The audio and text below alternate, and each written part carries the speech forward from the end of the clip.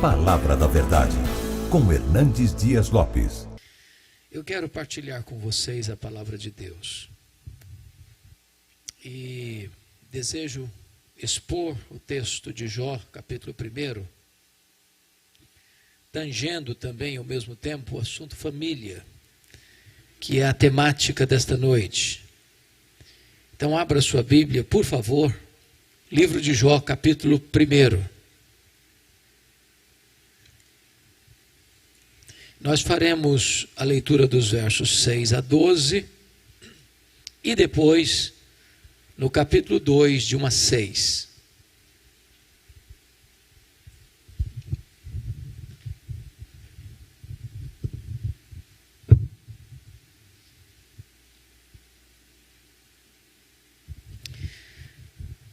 Eu estou com a versão atualizada, não sei qual é a sua versão. Eu estou com a versão ARA. E vou fazer essa leitura então a partir do verso 6 do capítulo 1. Está escrito o seguinte: Num dia em que os filhos de Deus vieram apresentar-se perante o Senhor, veio também Satanás entre eles. Então perguntou o Senhor a Satanás: De onde vens? Satanás respondeu ao Senhor e disse: De rodear a terra e passear por ela. Perguntou ainda o Senhor a Satanás: Observaste o meu servo Jó? Porque ninguém há na terra semelhante a ele, homem íntegro e reto, temente a Deus e que se desvia do mal. Então respondeu Satanás ao Senhor: Porventura Jó debalde teme a Deus? Acaso não o cercaste com sebe a ele, a sua casa e a tudo quanto tem? A obra de suas mãos abençoaste, e os seus bens se multiplicaram na terra. Estende, porém, a tua mão e toca-lhe em tudo quanto tem, e verás se não blasfema contra ti na tua face. Disse o Senhor a Satanás: Eis que tudo quanto ele tem está em teu poder. Somente contra ele não estendas a tua mão. E Satanás saiu da presença do Senhor. Agora capítulo 2, por favor.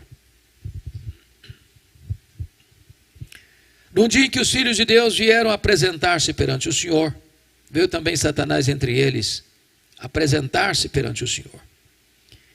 Então o Senhor disse a Satanás: De onde vens? E respondeu Satanás ao Senhor e disse: De rodear a terra e passear por ela. Perguntou o Senhor a Satanás: Observaste o meu servo Jó? Porque ninguém há na terra semelhante a ele, homem íntegro e reto, temente a Deus, e que se desvia do mal. Ele conserva a sua integridade, embora me incitasses contra ele para o destruir sem causa. Então Satanás respondeu ao Senhor: Pele por pele, tudo quanto o homem tem dará pela sua vida. Estende, porém, a tua mão, toca-lhe nos ossos e na carne, e verás se não blasfema contra ti na tua face. Disse o Senhor a Satanás: Eis que ele está em teu poder, mas poupa-lhe a vida. Meus amados irmãos, esse texto narra este episódio da reunião de Deus com seus filhos. E eu quero crer que o contexto aqui é que são os anjos. E esta reunião acontece nas regiões celestes. E curiosamente, o texto nos informa que Satanás aparece por lá. E quem toma a iniciativa é Deus, perguntando para ele assim: De onde vens? E Satanás responde: De rodear a terra e passear por ela. Satanás é uma espécie de turista inveterado. Ele anda por aí. Ele está de olho, está antenado. Está procurando uma brecha. Está procurando alguém para devorar. E Deus cutuca outra vez e pergunta assim: Observaste o meu servo Jó? E Deus dá o currículo de Jó. Não tem ninguém na terra semelhante a ele. Em outras palavras, ele é o homem mais piedoso dessa geração. Homem íntegro. Íntegro é aquilo que você é, com a porta do quarto trancada, com a luz apagada, sem ninguém observando. Homem reto. Reto é aquilo que você é em público, todo mundo está vendo. Homem temente a Deus. Esse é o princípio da sabedoria. Homem que se desvia do mal, deliberadamente santo. Bom, Satanás poderia ter respondido assim: bom, esse ainda eu não observei.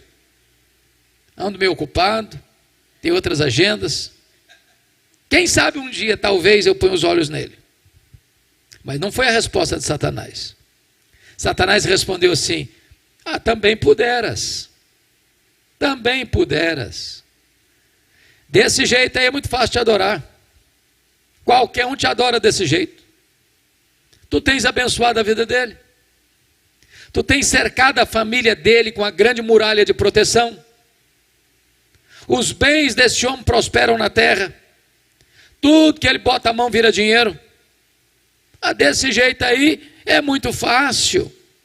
Qualquer um te adora. E Satanás insinua aqui duas coisas. Primeira, ele insinua que Deus precisa subornar as pessoas com bênçãos para receber delas adoração. Ele insinua que ninguém adora Deus por quem Deus é, apenas por aquilo que Deus dá. Satanás insinua que o homem só adora Deus por aquilo que recebe de Deus. É uma troca, é uma barganha. E Satanás insinua mais. Ele insinua que Jó só adora Deus porque descobriu que religião dá lucro, que é um grande negócio, que adorar a Deus traz dividendos materiais. Mas se Deus tirar o que o próprio Deus dera para Jó, o Jó que agora adora vai blasfemar. A grande pergunta é que um homem tem. Um homem tem bens, um homem tem família. Satanás está insinuando e levantando aqui duas teses, é que ninguém ama mais a Deus do que o dinheiro, e que ninguém ama mais a Deus do que a família. Satanás diz para Deus: toca no que ele tem, e verás se não blasfema contra ti na tua face. Sem que Jó soubesse, Deus constitui Jó em seu advogado na terra, e coloca nas mãos de Jó a defesa da sua reputação, e diz para Satanás: pode tocar no que ele tem, só não podes tocar na sua vida. Em outras palavras, Satanás é um ser limitado e limitado por Deus. Ele só pode ir até onde Deus o permite ir, e nem 1 centímetro a mais. O Deus que adoramos é quem manda no céu, é quem manda na terra e é quem manda no inferno. Com a permissão de Deus, Satanás sai dali para fazer um verdadeiro estrago na vida de Jó. Eu queria que vocês conferissem comigo. No capítulo 1, versículo 3, na parte final, está dito assim: de maneira que este homem era o maior de todos os do Oriente. Que significa que Jó era o homem mais rico do Oriente, que Jó era o homem mais rico da sua geração. Portanto, está posto aqui que não é pecado ser rico. Não é pecado ter riquezas. Não é pecado ter dinheiro. A riqueza é uma bênção. É Deus quem fortalece as nossas mãos para adquirirmos riquezas. Riquezas e glórias vêm de ti. A bênção do Senhor enriquece e com ela não tem desgosto. O problema não é ter o dinheiro. O problema é o dinheiro nos ter. O problema não é possuir dinheiro. O problema é ser possuído pelo dinheiro. O problema não é carregar dinheiro no bolso. É entronizar o dinheiro no coração. O problema não é a riqueza. É a riqueza sem Deus. O problema não é o dinheiro como servo, o problema é o dinheiro como patrão. É curioso que no versículo 3 está escrito que Jó era o homem mais rico. Mas no versículo 8 está escrito que Jó era o homem mais piedoso. Então é possível ser rico e o mais rico, e piedoso e o mais piedoso ao mesmo tempo. Agora notem, nos versos 15 a 17, nós somos informados que Satanás vai usar os sabeus, o fogo e os caldeus para levar Jó, o homem mais rico, ao colapso financeiro, à falência. E eu não sei o que você pensa sobre isso, mas quem sempre viveu na magrela, quando passa por um aperto, já está acostumado, aguenta. Mas quem vive no topo da pirâmide, quando perde tudo, a vida entra em colapso. Tem muita gente que dá um tiro na cabeça, por muito menos. A grande pergunta é, será que a tese de Satanás era verdadeira? Será que de fato ninguém ama mais a Deus do que o dinheiro? Será que Jó blasfemaria contra Deus? Será que Jó se insurgiria contra o doador? A resposta, irmãos, está no versículo 21. E o versículo 21 diz que quando Jó recebe a notícia que ele está quebrado, que ele está falido, que ele entrou num colapso financeiro, ele responde assim: nu saí do ventre da minha mãe, nu eu voltarei. Sabe o que ele está dizendo? Eu não trouxe nada para este mundo, eu não vou levar nada deste mundo, portanto o que eu ganhei entre o berço e a sepultura não é a razão da minha vida. Ele reprova a primeira tese de Satanás, e ele prova que ama mais a Deus do que ao dinheiro. Ele prova que ele adora a Deus, não por aquilo que Deus dá, mas por quem Deus é. Mas, confira comigo o verso 19, porque Jó agora recebe a mais trágica notícia da sua vida. Seus 10 filhos estão reunidos na casa do primogênito, e de repente vem um vendaval,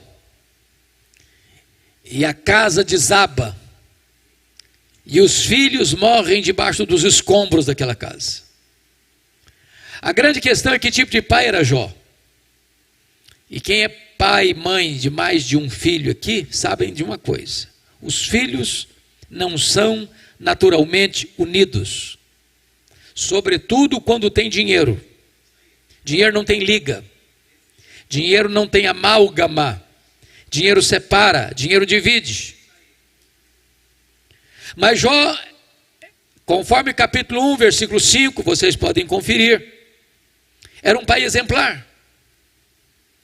Está escrito aí que Jó chamava os seus filhos, que Jó santificava os seus filhos, que Jó se levantava de madrugada e oferecia holocausto segundo o número de todos os seus filhos, que Jó dizia: talvez os meus filhos tenham pecado e blasfemado contra Deus em seu coração.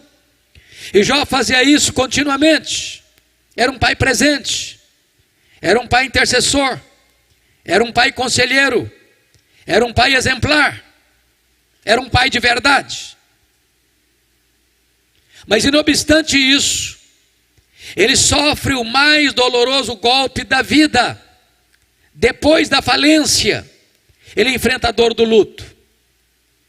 E eu fico imaginando, irmãos, porque Jó não é uma lenda, o livro de Jó não é uma metáfora. Jó era um personagem histórico, que viveu num momento histórico, num lugar histórico específico. O que acontece com um homem que leva todos os seus filhos ao mesmo tempo, no mesmo dia, para o cemitério? Como é que ele levanta de lá do luto? Como é que ele se ergue das cinzas? Como é que ele retoma a sua agenda? Como é que ele recomeça a sua história? Será que a tese de Satanás era verdadeira?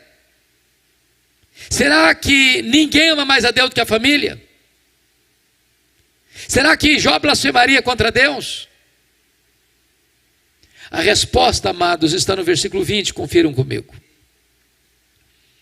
Quando Jó recebe a notícia da morte de seus filhos, está escrito: então Jó se levantou, rasgou o seu manto, rapou a cabeça, lançou-se em terra e adorou a Deus, dizendo: o Senhor Deus deu, o Senhor Deus tomou, bendito seja o nome do Senhor. Jó reprova a segunda tese de Satanás. Jó prova que ama mais a Deus que a família. Jó prova que ele adora a Deus não por aquilo que Deus dá, mas por quem Deus é. Mas aí vem o capítulo 2. E aí Deus está reunido de novo com seus filhos. E eu quero crer que os anjos. E eu quero crer que nas regiões celestes. E diz a Bíblia que Satanás aparece de novo por lá. E é Deus quem toma iniciativa outra vez, perguntando assim para Satanás: de onde vens? Satanás responde: de rodear a terra e passear por ela. Sabe o que ele está dizendo? Não mudei minha agenda. Estou fazendo o que eu sempre quis. Estou fazendo o que eu sempre fiz. Estou por aí, estou de olho, estou antenado. Estou procurando uma brecha. Estou procurando alguém para devorar. E Deus cutuca outra vez perguntando assim: observaste o meu servo Jó? E Deus dá o currículo de Jó sem mudar uma vírgula. Não tem ninguém na terra semelhante a ele. Homem íntegro, reto, temente a Deus, que se desvia do mal. Ele conserva a sua integridade, embora me incitasses contra ele para o destruir sem caos. Sabe o que Deus está dizendo para Satanás? Satanás, suas teses são mentirosas. Suas teses são falsas. Jó provou que me ama mais do que o dinheiro. Jó provou que me ama mais do que a família. Jó provou que me ama não por aquilo que eu dou para ele, mas por quem eu sou. Então Satanás partiu para a terceira tese. Pele por pele, tudo que o homem tem dará pela sua vida. Toca-lhe nos ossos, toca-lhe na carne, e verás se não blasfema contra ti na tua face. A terceira tese de Satanás é essa: ninguém ama mais a Deus do que a si mesmo. Sem que Jó soubesse, mais uma vez Deus constitui Jó em seu advogado na terra, e coloca então a defesa da sua reputação nas mãos de Jó. E diz para Satanás: pode tocar nos ossos dele, pode tocar na carne dele, só não podes tirar a vida dele.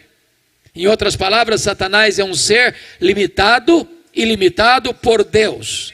Ele só pode ir até onde Deus o permite ir, e nem 1 centímetro a mais. Nas palavras de Martinho Lutero, Satanás é um cachorro na coleira de Deus. Ele só pode ir até onde a coleira o permite ir, e nem 1 centímetro a mais. Com a permissão de Deus, Satanás sai dali, diz a Bíblia, vai colocar uma doença maligna em Jó, da planta dos pés ao alto da cabeça. E Jó vai tendo uma dor avassaladora, porque o seu corpo vai ficando completamente chagado, feridas se abrindo, sangrando, a pele necrosando. Ele precisa pegar um caco, talvez de telha, para raspar a sua pele necrosada. Ele vai virando uma chaga viva, uma ferida aberta. Ele é uma carcaça humana. Ele não consegue comer, ele não consegue dormir, ele não tem alívio sequer de 1 minuto. Ele vai ficando magro, magérrimo, macérrimo, de couro furado pelas costelas em ponta. Seu corpo vai ficando mal cheiroso, bolhas vão se formando cheias de pus, e ele precisa morder nessas bolhas cheias de pus para tentar aliviar a sua dor. Ele fica encarquilhado, ele fica desfigurado, Ele fica completamente um espectro humano, um aborto vivo. As pessoas passam e cospem, passam e sentem náuseas. As pessoas têm nojo dele, repulsa dele. Quando a sua mulher vê esse quadro horrível, ela se insurge contra Deus e diz para o seu marido: ainda conservas a tua integridade, Jó? Amaldiçoa Deus e morre. E ele responde com firmeza hercúlea e pétrea: falas como uma louca. Tendo recebido o bem de Deus, não receberíamos também o mal? Está escrito no capítulo 2, versículo 10, que em tudo isso Jó não pecou contra Deus com seus lábios. Ele reprova a terceira tese de Satanás. Ele prova que ama mais a Deus do que a si mesmo. Ele prova que ele adora a Deus não por aquilo que Deus dá, mas por quem Deus é. Mas confira comigo o capítulo 2, versículo 11. Porque agora vem os amigos. O Elifaz, o Bildade e o Zofar.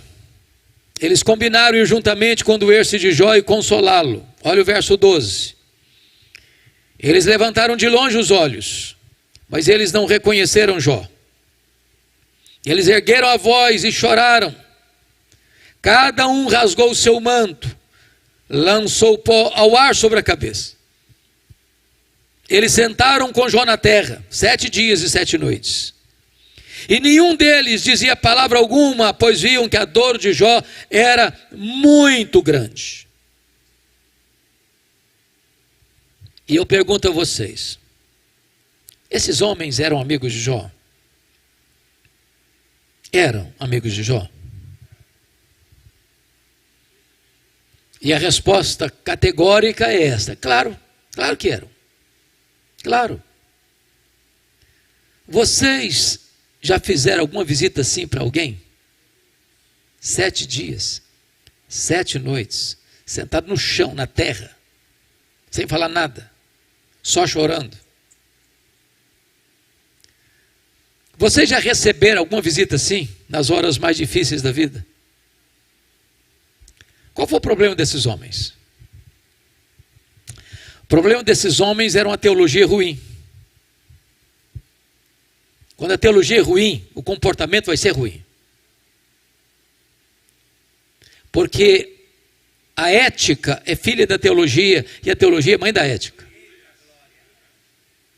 O problema desses homens é que eles começaram a, entre aspas, fazer teologia, a cogitar, a especular, a desenvolver uma lógica cartesiana, a pensar em causa e efeito.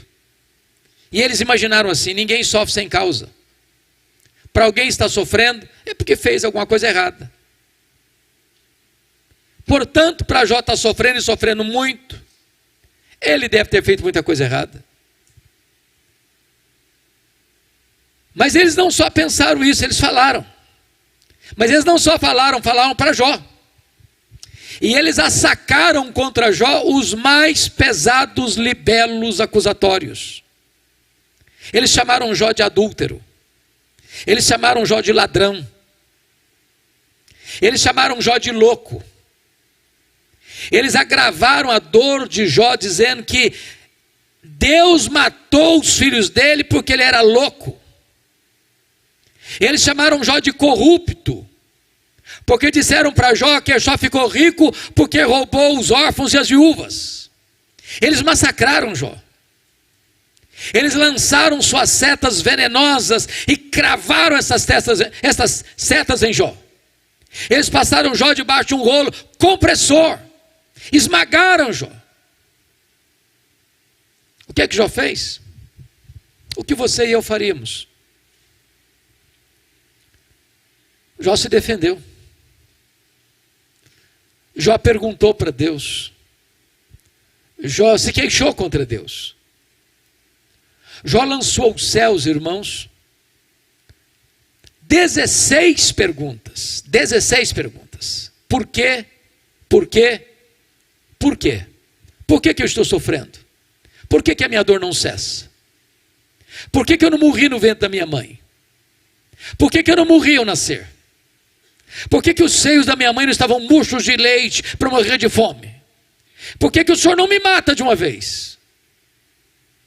Jó levantou aos céus 34 queixas contra Deus.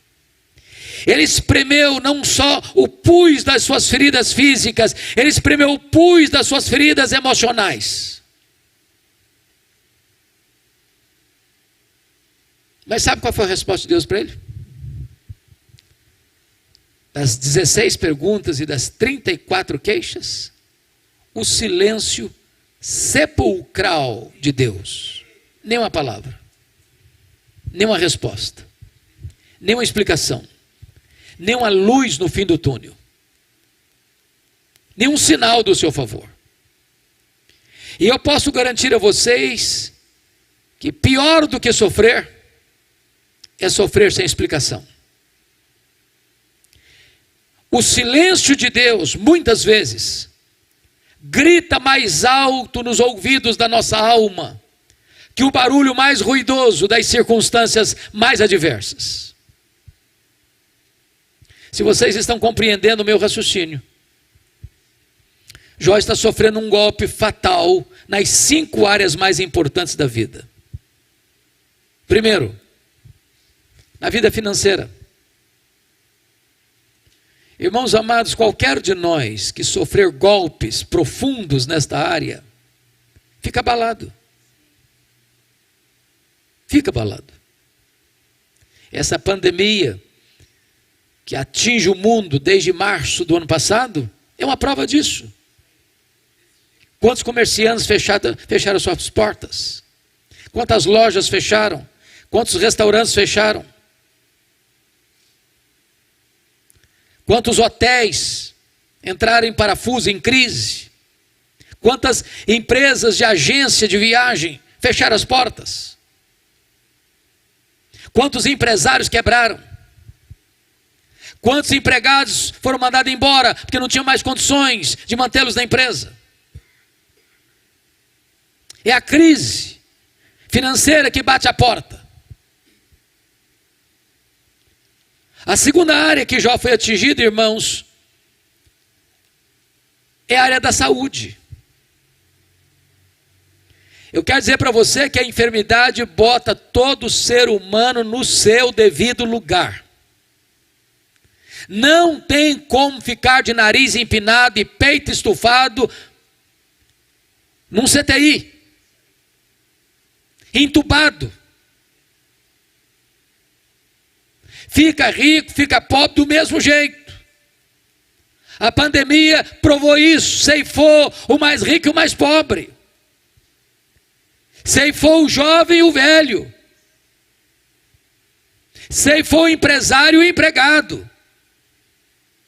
Ceifou o cientista, o doutor e o analfabeto. Ceifou o homem do campo e o homem da cidade. Ceifou o crente e o descrente.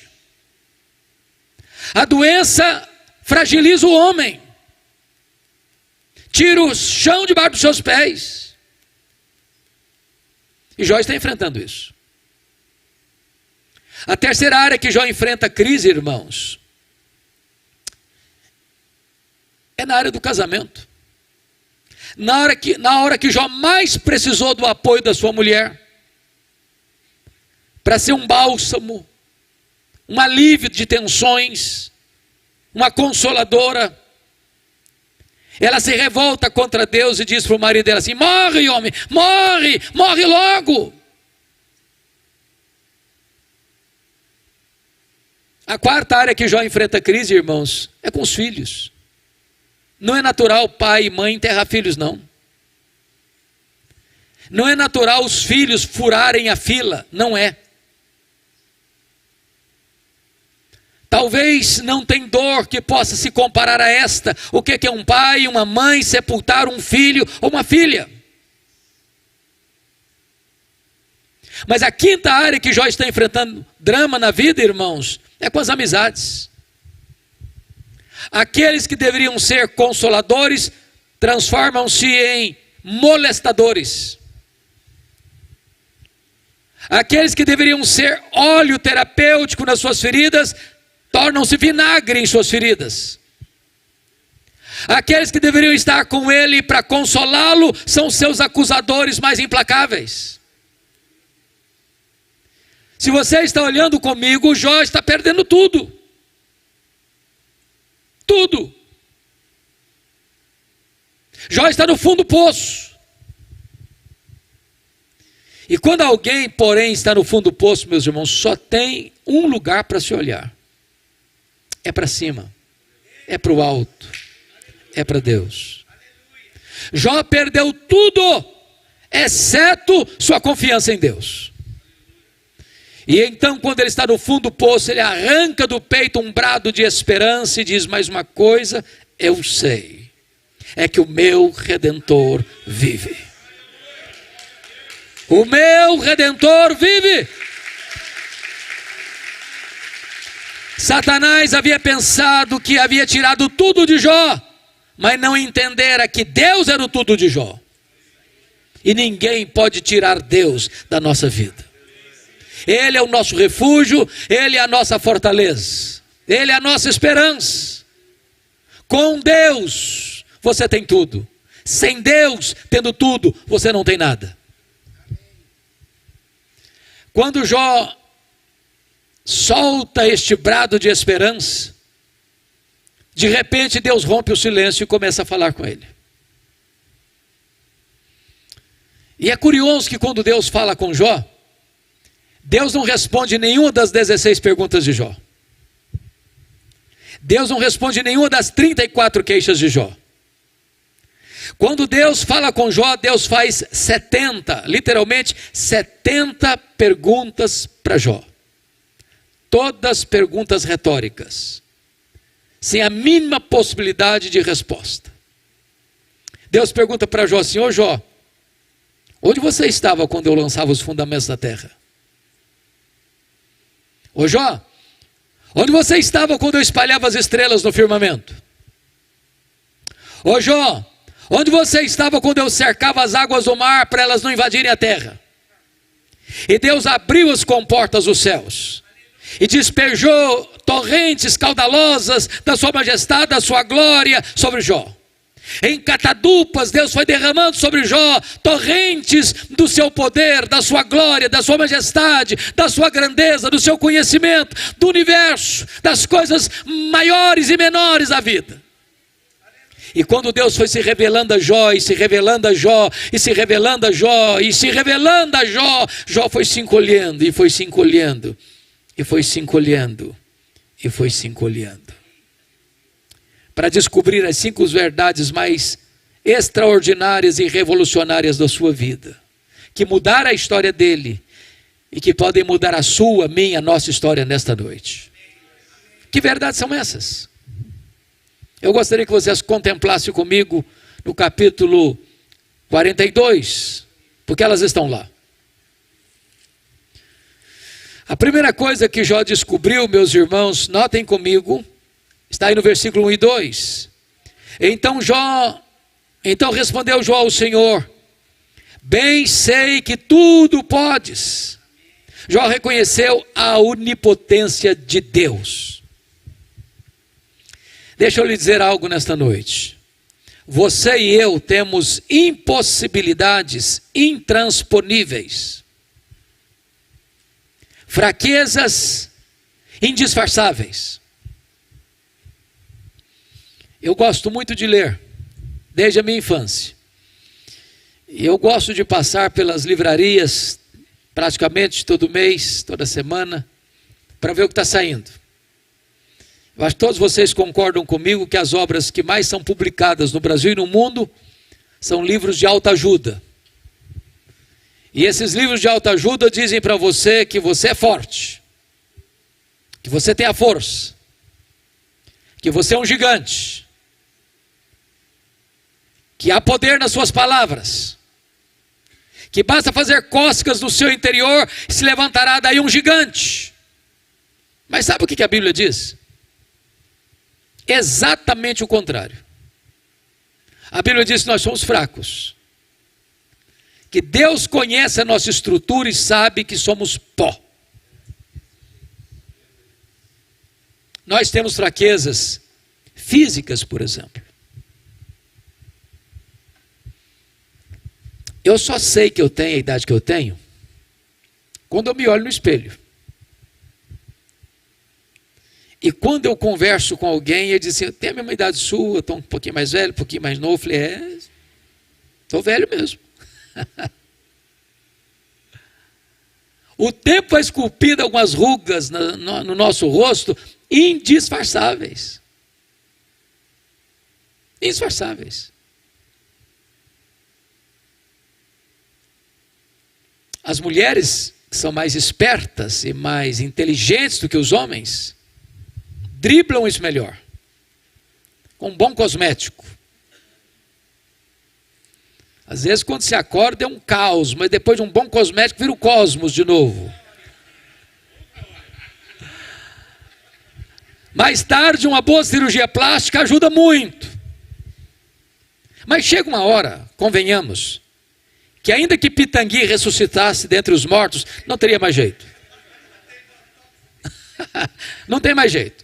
As mãos ficam descaídas, os joelhos trôpegos, as pernas bambas, os olhos embaçados. E dizem alguns entendidos que cada fio de cabelo branco que brota na sua cabeça é a morte chamando você para um duelo. Eu acho até um exército acampado ao meu redor. Temos fraquezas físicas. Mas nós temos fraquezas emocionais, irmãos. A maioria de nós, se não todos nós, nas noites mais escuras da alma, já choramos e gememos. Dizer, meu Deus, eu não aguento mais. Há um nó na garganta, uma dor no estômago, há uma angústia na alma. Parece que o inferno joga em cima de você todo o seu bafo quente. E você se sente oprimido, acuado, esmagado, por uma dor avassaladora. Sabe por quê? Nós temos fraquezas emocionais. Mas em terceiro lugar, nós temos fraquezas morais. Quantas vezes você e eu, chorando, dissemos para Deus, Deus, eu não quero mais cometer esse erro. Eu não quero mais reincidir nesse pecado. E daqui a pouquinho, você se flagra cometendo o mesmo erro. Não é porque faltou para você sinceridade, não. Faltou para você poder. Somos fracos. Mas em quarto lugar, nós temos fraquezas espirituais. Nós somos um ser ambíguo, contraditório, paradoxal. Diz a Bíblia que o bem que eu quero fazer eu não faço, o mal que eu não quero, esse eu faço. Somos fracos. Porém é maravilhoso você poder afirmar que o seu Deus tudo pode. Para Ele não há impossíveis. Para Ele não há vida irrecuperável. Para Ele não há casamento sem solução. Para Ele não há família sem restauração. Para Ele não há igreja sem reavivamento. Ele pode tudo quanto Ele quer. Ele tudo pode.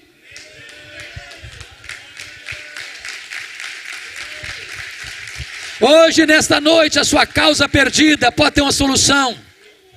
Aquele assunto que rola anos na sua vida, no seu casamento, na sua família, nesta noite pode ter uma solução. Ele está aqui e Ele é poderoso para fazer milagres na nossa vida. A grande questão nesta noite é, irmãos, quem é o nosso Deus? Quão grande é o nosso Deus? Quão poderoso é o nosso Deus? Quão majestoso é o nosso Deus? Quanto Ele pode? Quando o profeta Isaías, que é considerado o profeta evangélico, porque a partir do capítulo 40 do seu livro ele começa a tratar do Messias. Lá no capítulo 40 ele diz que o seu Deus, o meu Deus, o nosso Deus, é aquele que mede as águas na concha da sua mão. E eu fico imaginando o Pacífico, o Atlântico, o Índico, o Mediterrâneo, os mares, os rios, as fontes. Tente aqui no Atlântico, com um baldinho, Veja quanto tempo você vai levar para esvaziar o Atlântico com um baldinho. Pois o seu Deus mede as águas na concha da sua mão. O seu Deus pesa o pó das montanhas em balança de precisão. O seu Deus mede os céus a palmos. O seu Deus espalha as estrelas no firmamento, e por ser forte em força e grande em poder, quando as chama pelo nome, nenhuma só delas vem a faltar. O seu Deus olha para as grandes nações, as grandes potências econômicas e militares da terra, e considera todas essas nações como um pingo que cai num balde, como um pó numa balança de precisão. Este é o seu Deus, Ele tudo pode.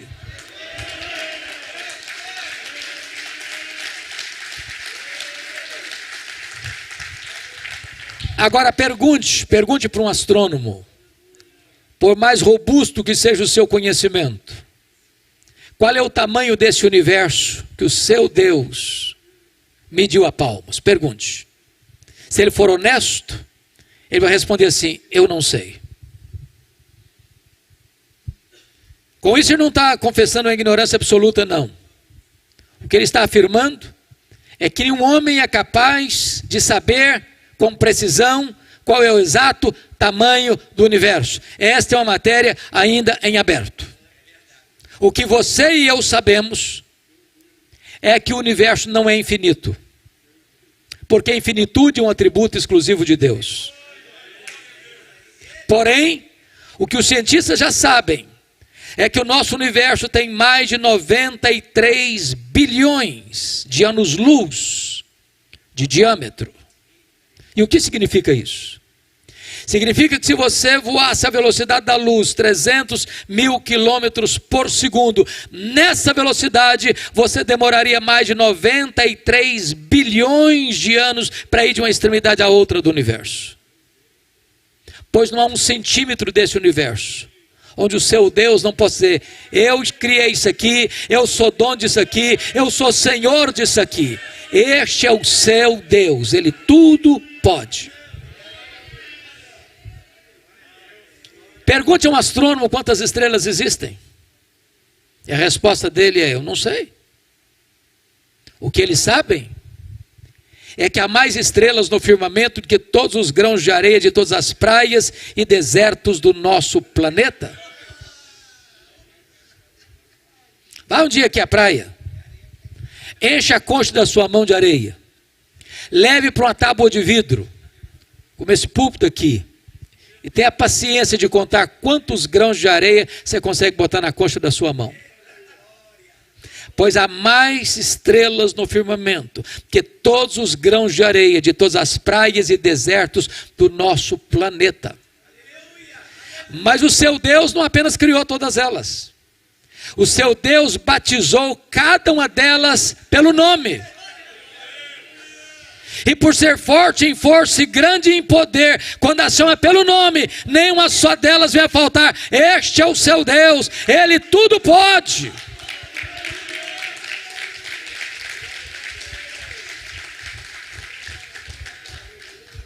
Até o século passado, nós todos estávamos pasmos com a grandeza insondável do macro-universo.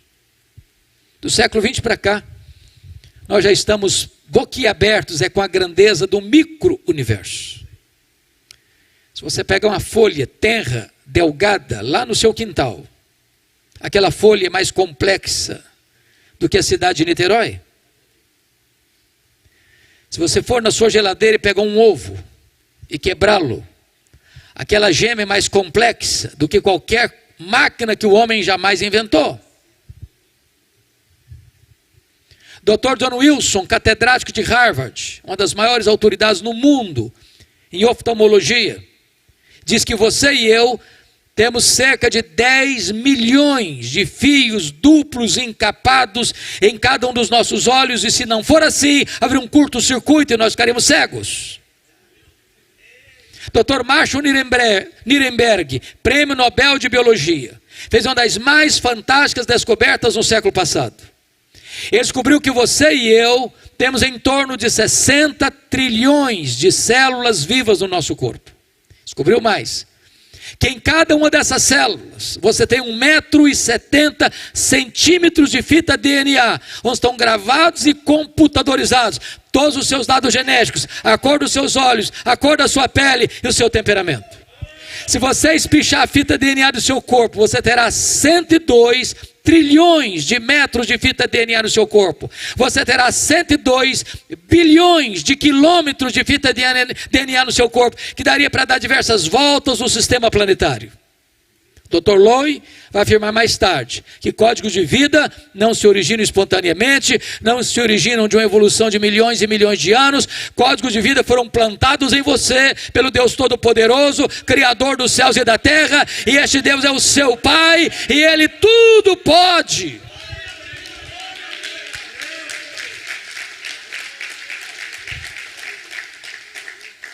Me permita ilustrar isso de uma maneira mais simples. Um pai caminhava com seu filho pela rua, menino de 4 anos, e de repente o menino se volta para o pai e faz uma pergunta. Eu não sei se vocês concordam comigo, mas acho que toda criança fez um curso de pós-doutorado em perguntas difíceis. Não conheço ninguém que faça perguntas mais complicadas do que crianças. E o menino perguntou para o pai assim: papai, qual é o tamanho de Deus? O pai ficou em silêncio, porque não tinha uma resposta pronta para um menino de 4 anos. Continuou caminhando, pensando no que responder.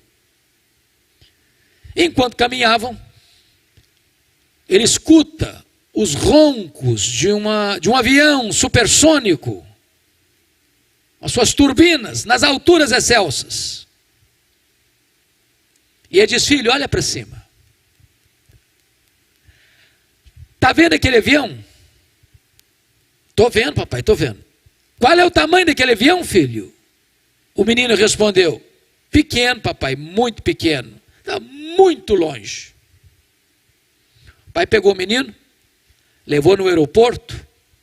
Tinha um jumbão de mais de 400 passageiros estacionado. O pai chegou bem perto e perguntou assim: está vendo esse avião, filho? Estou vendo, papai, estou vendo. Qual o tamanho desse avião, meu filho? O menino respondeu: grande, esse é muito grande, papai. Aí o pai disse: filho, Deus é do mesmo jeito. Quando você está longe de Deus, meu filho, Deus parece pequeno para você. Aí os seus problemas ficam enormes. Mas quando você está pertinho de Deus, meu filho, Deus é grande para você. Aí os seus problemas ficam pequenos. Agora eu sei que tudo podes. A segunda coisa que mudou, irmãos, na história de Jó, está aí no versículo 2 ainda. Ele diz: e nenhum dos teus planos pode ser frustrado. Jó reconheceu a soberania dos propósitos divinos. Irmãos, não tem nada mais consolador, terapêutico para uma família do que entender isso. Saber que o seu Deus é soberano. Saber que o seu Deus não precisa fazer rascunho nos seus planos. Saber que o seu Deus não é pego de surpresa. Saber que o seu Deus não está esfregando as mãos lá no céu sem saber o que faz com a pandemia. Saber que o seu Deus não precisa atualizar seus planos, revisar seus planos, porque não há erro nele. Irmãos, isso é consolador. Você e eu não cremos em sorte. Você e eu não cremos em azar. Você e eu não cremos em coincidência. Você e eu não cremos em determinismo cego. Você e eu não cremos em feitiço para crente. Você e eu não cremos em olho gordo. Você e eu cremos que a mão de Deus dirige o nosso destino. Você e eu sabemos que todas as coisas cooperam para o bem daqueles que amam a Deus. Você e eu sabemos que os planos de Deus não podem ser frustrados. Nem a agenda das nações, nem a agenda das superpotências mundiais, nem a agenda das instituições, por mais egrégias que elas sejam, nem a agenda dos poderosos deste século podem frustrar os planos de Deus. Irmãos, a história não é cíclica como pensavam os gregos. A história não está à deriva, como pensam os existencialistas, como um caminhão sem freio ladeira abaixo. A história não esboça diante de nós uma tragédia irremediável. O nosso Deus está no trono. O Cordeiro venceu para abrir o livro e desatar os selos. A história é teleológica, em outras palavras, ela caminha para um telos, ela caminha para um fim, ela caminha para uma consumação, e a vitória é de Cristo e da sua igreja. Agora tem dor, agora tem vale, agora tem gemido, agora tem doença, agora tem opressão, agora tem perseguição, agora tem prisão, agora tem martírio, mas a vitória está selada e ninguém pode mudar o decreto soberano de Deus.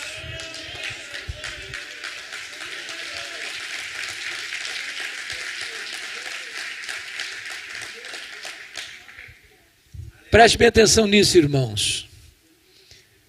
Se Deus permite você e eu passarmos por uma prova,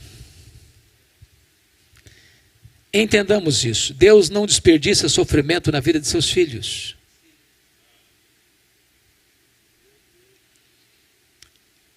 Se Deus permite você e eu passarmos por uma prova, não é porque Deus não é amor, não é porque Deus é sádico, não é porque Deus está longe, não é porque Deus é indiferente, não é porque Deus não ama você. Se Deus permite você e eu passarmos por uma prova, é porque tem um propósito nisso. As provas não vêm para nos destruir, elas vêm para fortalecer as musculaturas da nossa alma. Elas não vêm para nos colocar longe de Deus, elas vêm para nos colocar na dependência de Deus.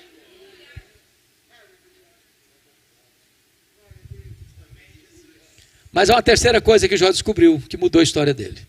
Confira comigo o versículo 3.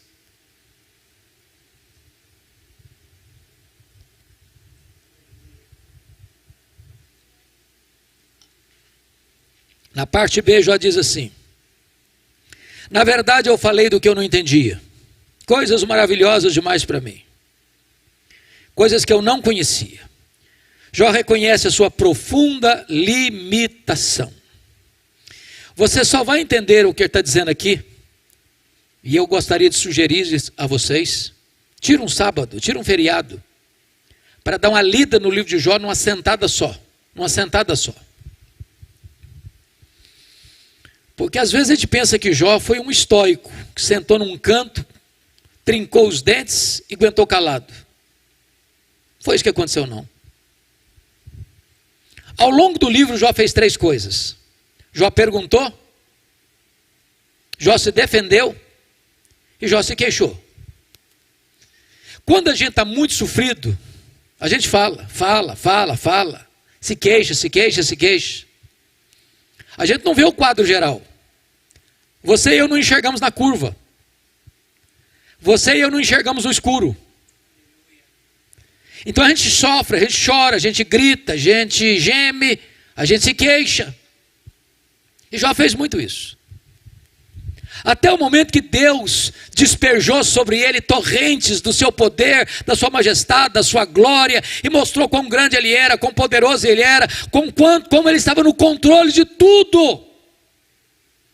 E na medida que Deus foi se revelando a Jó, ele botou a mão na boca e disse: meu Deus, quanta coisa eu falei sem saber. Aí eu aprendo uma lição. Quando você encontra uma pessoa que parece sabichona demais, sabe tudo demais, arrota muito conhecimento demais em cima de você, pode saber de uma coisa: essa pessoa sabe quase nada. Quase nada. Porque o sábio é aquele que sabe que quase nada sabe. Porque quanto mais você sabe que muito mais há por saber. O que você não sabe é muito maior do que o que você sabe. Então, quanto mais você conhece, mais você reconhece a sua limitação. Quanto mais você conhece a Deus, mais você sabe que você conhece pouco e precisa conhecer mais.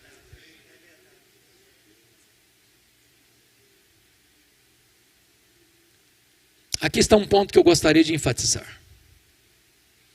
Algumas pessoas têm uma espécie de necessidade de falar delas mesmas, se autopromover, se autoprojetar. Nós chamamos isso de vaidade, ou de arrogância, ou de altivez, ou de soberba. Agora preste bem atenção nisso.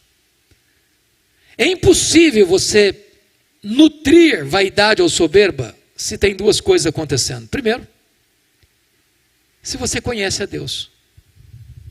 Eu pergunto a você, é possível estar na presença daquele que é santo, santo, santo, majestoso, e ter o narizinho empinado? Até os serafins cobrem o rosto na presença dele. Ninguém pode conhecer a Deus e ser soberbo, ninguém. Segundo lugar, ninguém pode ter vaidade e soberba se conhece a si mesmo. Deixa eu perguntar a você, tem hora que você não fica escandalizado com você, não? Sou eu mesmo, senhor. Ah, não é possível. Um colega meu disse há poucos dias, se a minha mulher me conhecesse como Deus me conhece, ela não ficaria comigo uma semana.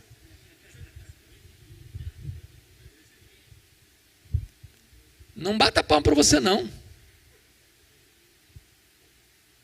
Você e eu somos barro e ruim ainda, viu? Então não tem espaço para você ser honesto, conhecendo a você mesmo. Isso é soberbo.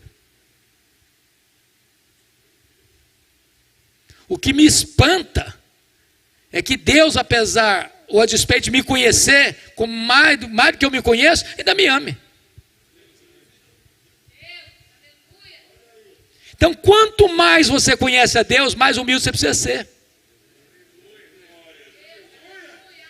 Eu fui criado na roça mesmo. Eu fui calçar meu primeiro par de sapatos com 8 anos de idade, com as mãos calejadas. Mas naquela roça bem artesanal, você planta milho e colhe milho no muque, no braço. E se você já viu ou já foi criado como eu na roça, na hora que você vai colher uma lavoura de milho, está seco, na hora de colher, toda espiga boa se dobra, toda se dobra. Agora o restolho, que só tem palha e sabugo, não se dobra nunca, fica empinadinho. Empinadinho. Quando você vê uma pessoa, olhar para uma pessoa muito empinadinha, pode ter certeza, só tem palha e sabugo. É lata vazia que faz barulho.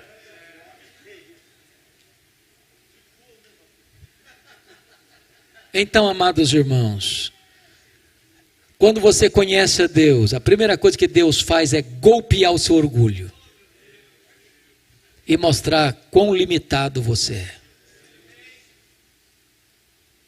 Quarta coisa que mudou a história de Jó, confira comigo o versículo 5.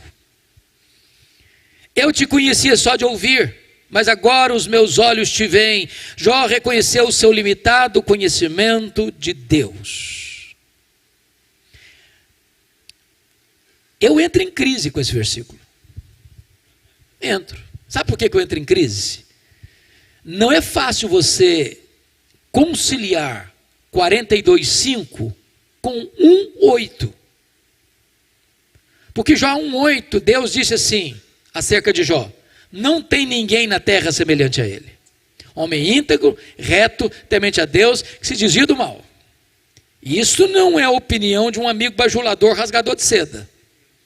Quem disse isso foi Deus. Deus não tem opinião, Deus tem um diagnóstico. Agora, como é que esse homem, que o próprio Deus disse que era o homem mais piedoso da sua geração, pode fazer uma declaração dessa? Eu te conheci só de ouvir, agora os meus olhos te veem. Não parece contraditório? Como entender isso? Para explicar, me permita uma pergunta. Você conhece a Deus? Conhece? Quanto você conhece? Quanto? Deixa eu ilustrar. Havia um cidadão que nunca tinha visto o mar. Um dia ele fez uma viagem para o litoral, e ao ver o mar, ele exclama extasiado: agora eu conheço o mar. Aproxima-se dele um marujo, com a pele tostada de sol e sal, e diz: eu também conheço o mar. Qual a diferença entre eles? Você conhece a Deus? Quanto você conhece? João 17,3 diz que a vida eterna é esta: conhecer a Deus e a Jesus Cristo a quem enviaste. Então sabe o que você vai estar fazendo no céu? Porque a própria essência da vida eterna é conhecer a Deus. Sabe o que você vai estar fazendo no céu? Depois que você estiver com o corpo glorificado, 1 milhão de anos lá no céu, você vai estar conhecendo a Deus. Sabe o que você vai estar fazendo no céu? Depois que você tiver 1 bilhão de anos lá na glória, você vai estar conhecendo a Deus. Nem toda a eternidade será suficiente para você esgotar o conhecimento de Deus, porque Deus é inesgotável em seu ser. Tem gente que pensa que o céu vai ser boring, vai ser chato, vai ser enfadonho, vai ser monótono. Há pouco tempo, um adolescente veio para mim e falou assim: pastor, não quero ir para o céu não. Tomei um susto, falei: você está ficando maluca, minha filha? Não quero ir não. Falei: mas como assim? Me explica. Ah, pastor, a ideia de céu que eu tenho é que eu vou estar numa nuvem branca, com a harpa na mão, tocando, cantando. Ah, eu não aguento essa vida inteira não, quero coisa nova para a minha vida.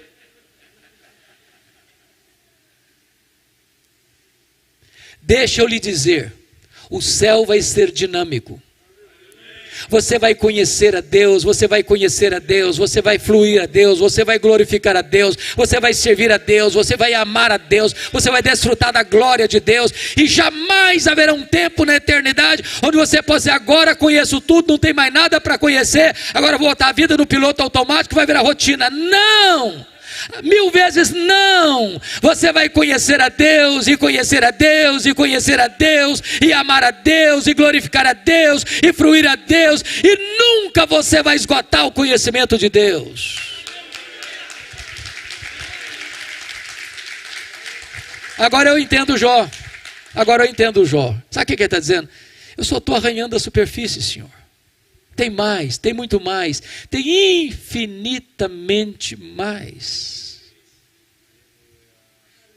O grande problema da nossa vida cristã é que nós limitamos Deus, ou a obra de Deus, ao que nós conhecemos e ao que nós já experimentamos.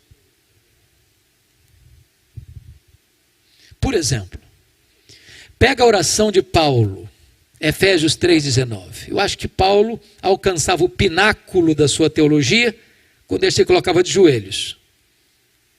E Paulo ora para que você e eu sejamos tomados não de Deus, não da plenitude de Deus, mas para que sejamos tomados de toda a plenitude de Deus. Isso me leva a uma pergunta: quem é Deus? Só para recordar e trazer à memória esclarecida de vocês o que nós chamamos dos atributos incomunicáveis de Deus, diríamos que Deus é autoexistente, que Deus é imenso, que Deus é infinito, que Deus é imutável, que Deus é onipotente, que Deus é onipresente, que Deus é onisciente, que Deus é transcendente, que Deus é soberano, que Deus é maior que tudo quanto Ele criou, que nem os céus dos céus pode conter a Deus. Agora Paulo está orando para que você e eu, frágeis vasos de barro, sejamos tomados de toda a plenitude de Deus. Ah, Paulo, você deve estar delirando, só pode. Não é possível. É muito ousado. O pedido está grande demais. Para que você e eu não incorramos nesse perigo, ele escreve no verso seguinte, Efésios 3:20. Ora, aquele que é poderoso para fazer infinitamente mais do que tudo quanto pedimos ou pensamos, conforme o seu poder que opera em nós, a ele seja a glória na igreja, em Cristo Jesus, agora e eternamente. Amém. Porque a gente usa esse versículo, Deus é poderoso para fazer infinitamente mais, mas coisas muito comezinhas da vida. Deus é poderoso para curar só unha encravada do dedão do pé. É poderoso mesmo, a sua dor de barriga. Ok, é também poderoso. Mas Paulo usa essa expressão para o pedido mais ousado que já foi feito na história da igreja. O que ele está dizendo? É que não há limitação em Deus. Você vai conhecer a Deus, você vai conhecer a Deus, você vai conhecer a Deus, você vai receber o poder de Deus. Enquanto tiver vasilha vazia, o azeite vai jorrar. Enquanto você tiver disposição, você vai conhecer e conhecer e conhecer. Mas a quinta coisa que mudou a história de Jó, irmãos, está no versículo 6, confira comigo. Por isso eu me abomino e eu me arrependo no pó e na cinza.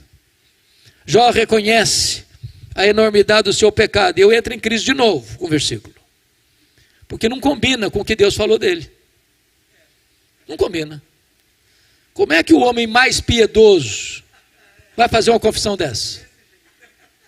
Essa confissão fica bem na boca de um assassino, de um ladrão, de um corrupto. Mas na boca do homem mais piedoso? Como é que você entende isso? Me permita explicar, amados. As pessoas que mais confessam os seus pecados e choram por eles, não são as pessoas que mais pecam. São as pessoas que mais perto de Deus andam. Quem está longe de Deus nem reconhece os seus pecados. Quem está mergulhado nas trevas nem vê pecado. As pessoas cometem as maiores loucuras e sentem orgulho disso. Levantam suas bandeiras, fazem passeatas.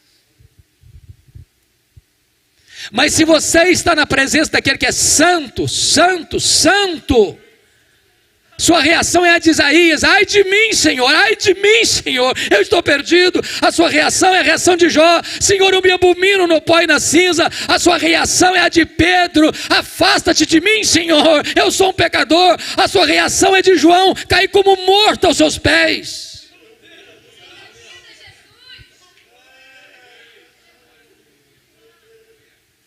Oh, amados irmãos, há pouca convicção de pecado na família e na igreja, porque tantas vezes nós estamos longe de Deus. Quanto mais perto de Deus, mais choro pelo pecado. Pois bem, agora eu quero conduzir vocês àquilo que eu chamo da chave da virada, ou a chave hermenêutica do livro de Jó, que está no capítulo 42, versículo 10. Está escrito: mudou o Senhor a sorte de Jó, quando este orava pelos seus amigos, e o Senhor deu-lhe o dobro de tudo que antes possuíra. Você já perguntou por que Deus mudou a sorte de Jó enquanto ele orava pelos seus amigos? Por que foi nesse momento? Me permita uma pergunta. Vocês já chegaram naquela condição espiritual em que ninguém mais fala mal de vocês? Eu não cheguei ainda. Vocês já chegaram?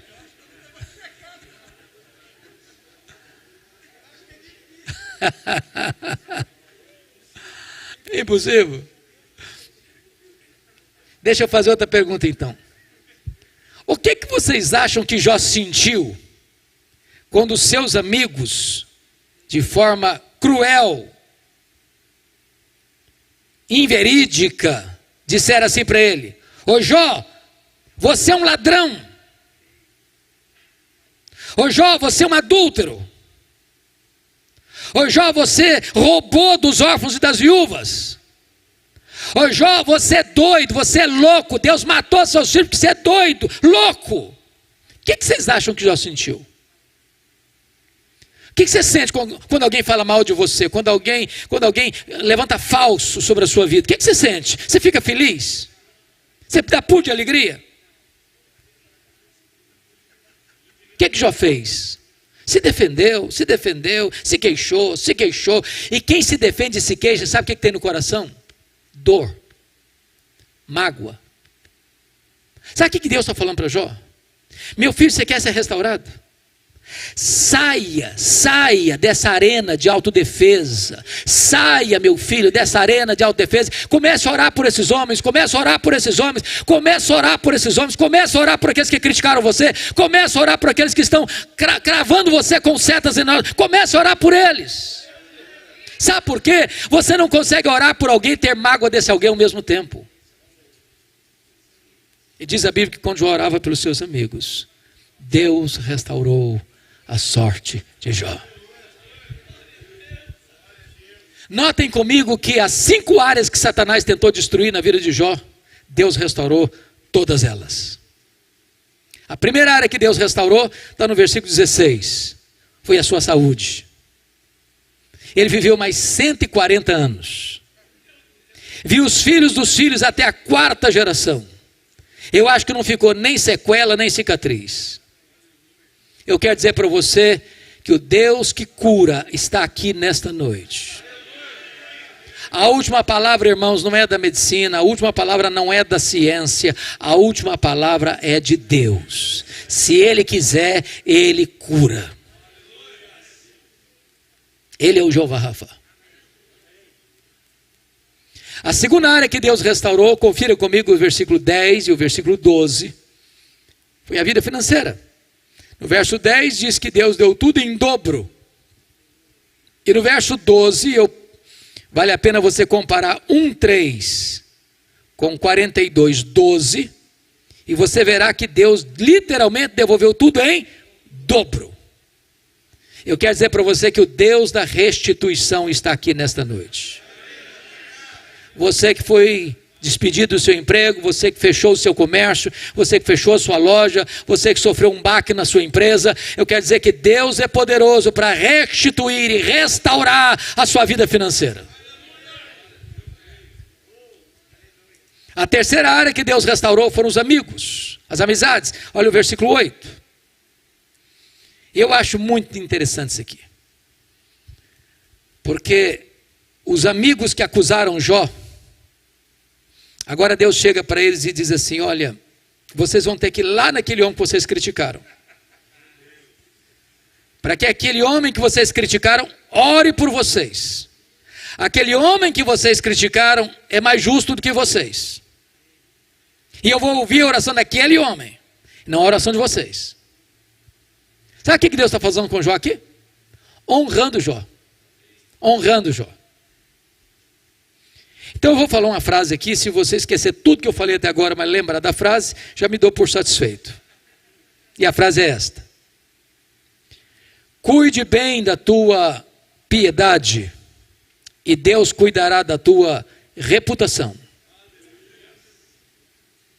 Você não tem que se defender, você tem que andar com Deus. Porque quando você anda com Deus, Deus defende você. Quando você anda com Deus, as pessoas que criticaram você vão ter que voltar a você e mudar de opinião a seu respeito. Quarta área que Deus restaurou: o casamento. E é curioso que não há nenhuma palavra no texto sobre a restauração do casamento. Por que a Bíblia não informa que Jó casou com outra mulher? Pressupõe necessariamente que o casamento foi com a mesma. E aí eu fico intrigado. Fico intrigado com esse negócio aqui. Eu fico imaginando se o Jó fosse brasileiro. Quando ele estava numa magrela, a mulher olhou para ele e disse: morre, ó, morre logo. Agora o cara está no crista da onda, o mais rico de novo, duplamente o mais rico. O que vocês acham que ele falaria para ela se ele fosse brasileiro? Morre, mulher, morre logo. A fila andou, minha filha. A fila andou. Estou no outro agora.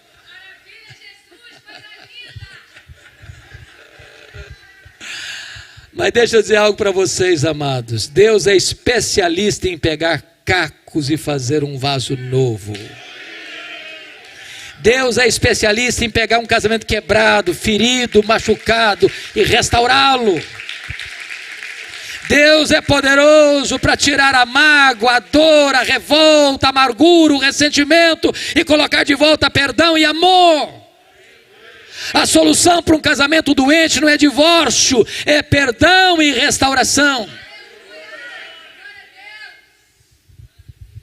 Irmãos queridos, eu no ano 2000, 2001 estava nos Estados Unidos estudando e eu escrevi um livro sobre divórcio, casamento, divórcio e novo casamento. Você sabe que os Estados Unidos tem estatística de tudo, pesquisa de tudo e é tão fácil de estudar lá porque tem tudo na mão. Então fui fazer uma pesquisa em 2001 sobre a questão de casamento e divórcio. E constatei duas coisas tristes. Primeira, no ano 2001, 75% dos homens e 63% das mulheres até os 40 anos já haviam sido infiéis ao seu cônjuge. Segundo,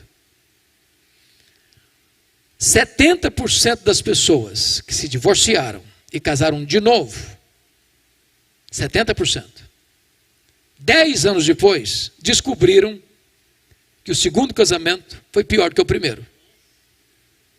Em outras palavras, a solução para um casamento em crise não é o divórcio, mas é a restauração, é a cura, é o perdão. Talvez você veja aqui hoje, seu casamento está abalado. Talvez você está decepcionado, decepcionada. Talvez você já está fazendo até provisão para separação. Mas eu quero dizer para você que Deus pode fazer um milagre no seu casamento. Há pouco tempo uma mulher me procurou para me fazer um comunicado. E ela estava brava. E ela me fuzilou com os olhares pesados e disse: pastor, eu vim lhe comunicar que eu estou me divorciando.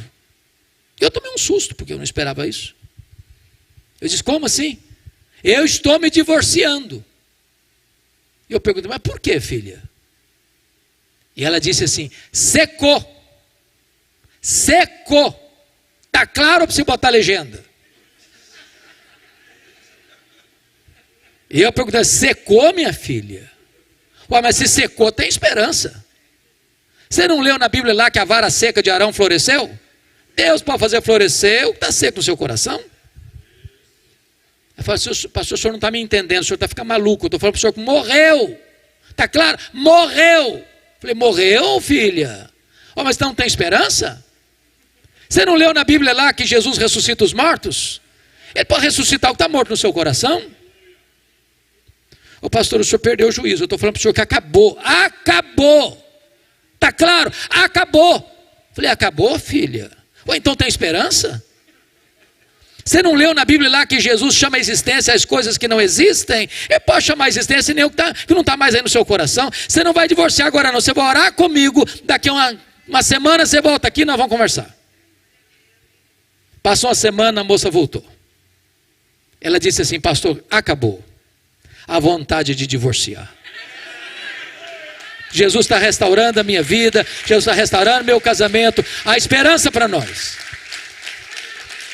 Deus é poderoso para fazer um milagre de restauração nesta noite na nossa vida. Mas a última área que Deus restaurou foram os filhos. Confira comigo capítulo 1, versículo 2, que Jó tinha 7 filhos e 3 filhas. Agora confira 42, 13, que Jó passa a ter mais 7 filhos e 3 filhas. Mas se era tudo em dobro, você fica perguntando: mas então não devia ser, você tinha 10, devia ter 20 agora. Então não foi tudo em dobro? Me permita, irmãos, dizer que muitas vezes você e eu usamos termos que não deveríamos usar na nossa vida. É muito comum nessa pandemia alguém dizer, perdi meu avô, perdi minha avó. Alguns mais doloridamente, perdi meu pai, perdi minha mãe, perdi meu irmão, perdi meu amigo, perdi meu filho, minha filha. Essa não é uma linguagem própria para um crente usar. Você perde alguém ou algo quando você não sabe onde está. Como aquele pai que voltava do cemitério depois de sepultar o seu filho único. E um amigo se aproxima para lhe dar um abraço e disse assim, meus pêsames. Eu soube que o senhor perdeu o seu filho. E o pai chorando, mas consolado, disse, não, eu não perdi meu filho. Eu sei onde meu filho está. Eu sei com quem o meu filho está. O meu filho está no céu, o meu filho está com Jesus. Eu não perdi meu filho. João agora tem 10 filhos no céu. João agora tem 10 filhos na terra. Deus restaurou e restaurou completamente.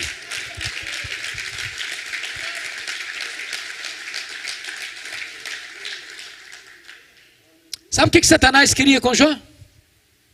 Colocar Jó longe de Deus. Sabe o que Satanás conseguiu? Colocar Jó mais perto de Deus. Sabem por quê? Porque os planos de Deus não podem ser frustrados. Que grande Deus nós temos. Digno de toda a honra, de toda a glória e de todo o louvor. Amém.